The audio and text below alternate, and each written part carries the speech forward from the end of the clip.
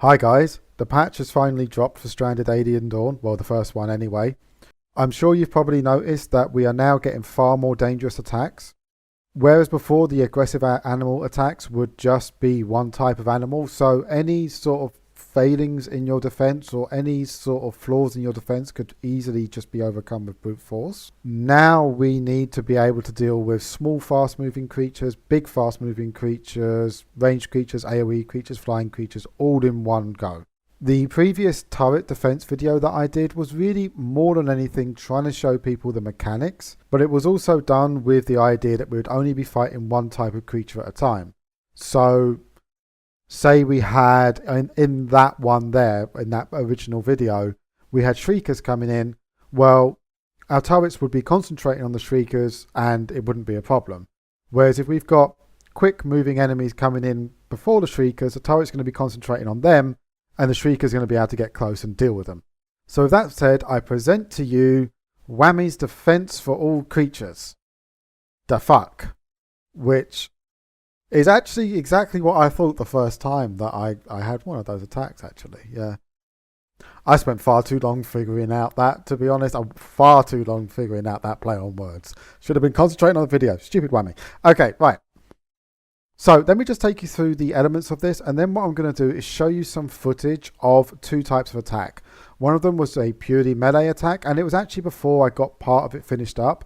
And the other one is the sort of result of what you can see. The attack here is where we had glutches, shriekers, and the small shriekers that don't do ranged. So the first part of this defense is this sort of floating wall here. Although it is possible to make them path around the outside, like a trailer park girl, round the outside of your wall using these little spurs here, the problem that you have is that if they spawn right up on the base, they'll just attack and they'll start taking out your wall, which means that any sort of pathing, forcing them up here, isn't going to work. That is what this achieves. So if they don't spawn close enough to attack the wall, then they will just path around the wall and they'll go to up there. But if they do, say, spawn here, which would be a terrible place for them to start attacking my wall, what they'll do is they'll start attacking this and then they'll kind of just follow it along, but they won't ever, if they're following that, they won't go in against this wall. This may actually be a little bit too close here because you can kind of see the outline of where the old fence was there, and if they were there, they would get into the wall. Whereas this one here, yeah, this seems to be working pretty well, but it hasn't been tested completely. So just be aware that that's a little bit up in the air. But the idea is that obviously if they also spawn over here, they won't try and path that way because they'll go around there and all that. They'll just kind of go across there. So that's sort of the outer floating wall there. Generally pathing, as you can see, I've just got everything set so they won't really be going right up against the wall here.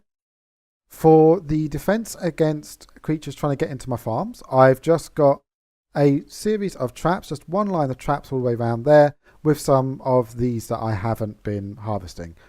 I did have more of them out, as you can see there, and I originally had my farms a lot bigger, but by having too many traps, it really escalated the size of the attacks that I was getting. And on hard mode, it really does scale up very quickly. So I decided to scale it down. Plus, this is fantastic farmland here, so it really wasn't an issue. So that's kind of like the pathing and things like that. You'll notice that this is somewhat different to what I did in the turret video, if you saw the turret video. The reason for that is that the small creatures will still just try and go straight through here. They will also, though, now try and get round the outside, like the trailer park girls that they are, and to get to the back of the flamethrowers when you've got them like this. They were trying to do that on the original video as well, but because it was all up in the turrets there, they didn't have a chance to do it. But out here, when they're kind of on their own, that's a problem. Large creatures also will kind of skitter when they get attacked in this. So they'll either go bolt in that way, try and get round there, or they'll bolt this way and try and attack those. But I found that by having it like this, kind of just inset from here, it means that they won't try and attack this bit of fence to get through there. They'll go back through there, which seems to work quite nicely. Also, this area here serves a purpose of forcing the shriekers. If the shriekers want to attack the flamethrowers, they have to go in here. If I didn't have this area here, they could be over here and attacking, they could be over here and attacking, and it just made it much less effective. Here, they're forced to move in. Now that's also far enough away that the laser turrets will get them, so close enough that the laser turrets will get them. And the laser turrets are really there to both cover these two pavilions back here. So if I do get flyers coming in, I get people under those pavilions. And as well, anything trying to get to the back of the flamethrowers will also get done by the laser turrets, and anything here will get done by the laser turrets. Anything that moves in closer would also then be attacked by the machine gun turrets, but I didn't want everything concentrating on back here. I'm not sure how well. I don't know if maybe more laser turrets might be better, but either way, it seems to be quite effective. As you can see, nothing actually got very close in there at all. I think there was like 20 gulches or glutches there, 20 shriekers, and like 88 small shriekers as well. So it was a fairly big attack. Obviously here we've got laser turrets that are designed to be like that, and the distance between here and here is just big enough that I can fit my missile turrets in there, or the target area for the missile turrets, and they won't hit the walls, but anything getting through there will be hit by the missile turrets. Further parts of the defense here is I do have two pavilions back here. If I do get attacked by any sort of flying creature, then obviously I can put my people under there and they'll get reduced damage. They'll still get attacked a little bit, but it won't be too bad, and it'll just be like a minor amount on their health. Now, a couple of things to mention here is that I don't know how much this is purely down to the fact that we're getting different types of creatures, or that they've messed up the pathing somehow, but if things do get inside here and start going along the walls, they do seem to like to attack the fortifications, which is weird because you'd think that, like, here where they've actually got line of sight, they wouldn't try and attack the fortifications, but here they do, even though everything else will path around. I have not found a way, and if anyone wants to suggest something, fantastic, but I've not found a way to stop just some of them trying to attack the wall if they get in there. But it's not, it won't be like everything goes for the wall. It's just like one or two things will go for the wall. Most of the stuff will go through here and get dealt with by the flamethrowers. Anyone up here with like a sniper rifle or laser pistol will get things coming through here, and you have got your turrets there, so it's not too much of a biggie. I've yet to have, with this setup, anything that's got through the walls and has caused a problem. But occasionally I do have to go and repair some fortifications. Final thing as well is the motion sensors. I've just got motion sensors here. This one's over here just to make sure it does trigger the turrets if anything's particularly close. But I didn't obviously want it in the middle and getting hit by the missile turrets. So that's why that's over there. That also hasn't been attacked by anything. I would say though that maybe it might be worth upgrading poles to metal ones. I have had some of the poles get a little bit manked up by the flying creatures. So there we go. That is kind of an overview of the defense that I've gone for with this. What I'm going to do now is just put some footage up of two attacks that I had, and I'll just talk you through what happened. This attack I had, it was mostly small shriekers, and I had some of the big mantises coming in. As you can see, what I've done here is just thrown my snipers at the back, thrown anyone with a shorter range weapon in there. Naris won't attack anything. You can also see that I was actually recording my voice while I was doing this. It's almost like I'm just throwing it out there. I accidentally had my mic muted or something. But anyway, so here comes the attack on this one here.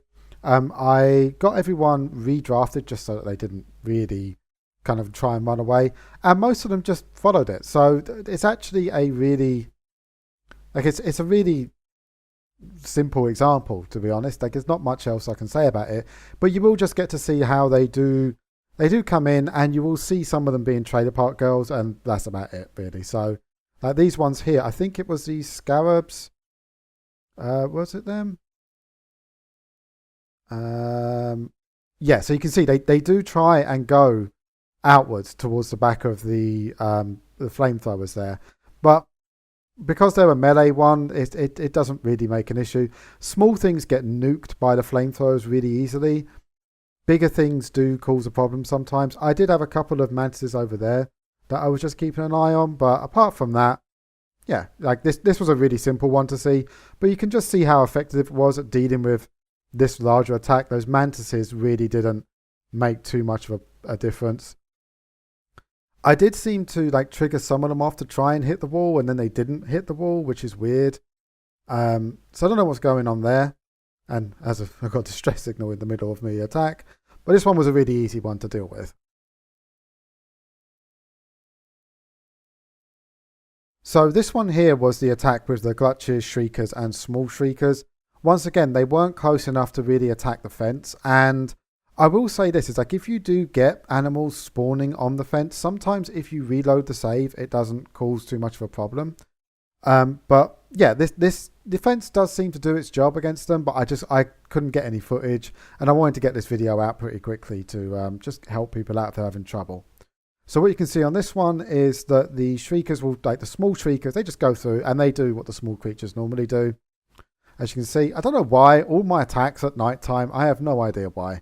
Little bit of a performance issue going on there, but here you go, they go charging in, and then we get to see the big ones. You'll see that the big Shriekers, like I will lose a flamethrower turret in here. I think that may have actually been the flying creatures there. You can see it was, but the Shriekers try to get in close to attack the flamethrower turrets, and then the Glutches also do the AoE, which hits them. But they handle lots of them. Like even the Shriekers didn't get in close enough, and it was literally just one flamethrower turret from this. I think I grabbed some people, and yeah, there we go. I took some people out just to finish them off because I thought it'd be fun. So hopefully you guys have found this useful and it has helped you if you've been having trouble with the new types of attack. But it does also demonstrate like all of the different types of defenses working together. And you know, this one is really more aimed at dealing with the more dangerous kinds of attacks. I'm making the assumption that you probably understand the mechanics that I'm talking about with this, or you're aware that you can path the enemies. That wall, like the main issue is like them spawning right up on your base. That's the biggest issue that I've found so far. Once you can kind of deal with that, it becomes much less of a problem. I do think that probably needs to be dealt with. There needs to be a way to like just make sure that they don't spawn right on your base, because you can actually see that my house is like right next to where the actual game starts. So I have no idea what criteria they're choosing for the spawn distance for the enemies, but it does seem way too close. But anyway, guys, I hope you found this useful. Hopefully it helps you out if you're having trouble. Catch you all soon.